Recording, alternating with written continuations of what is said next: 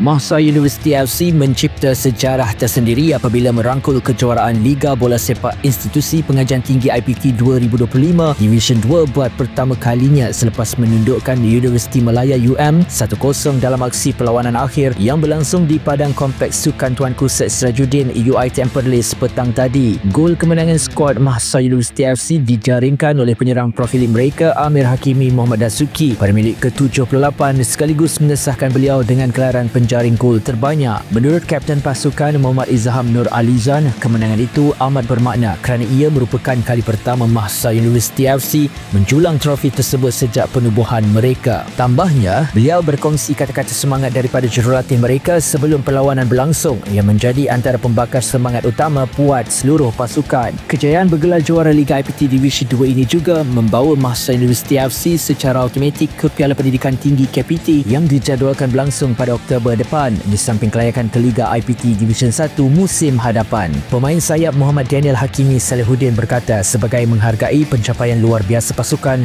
pihak pengurusan Mahsa turut mengumumkan pemberian insentif kepada semua pemain termasuk kenaikan allowance dan gaji. Turut menjadi sorotan adalah prestasi cemerlang Muhammad Izham Nur Alizan sendiri yang dinobatkan sebagai pemain terbaik perlawanan selepas menunjukkan aksi kepimpinan mantap di jantung pertahanan sepanjang 90 minit perlawanan.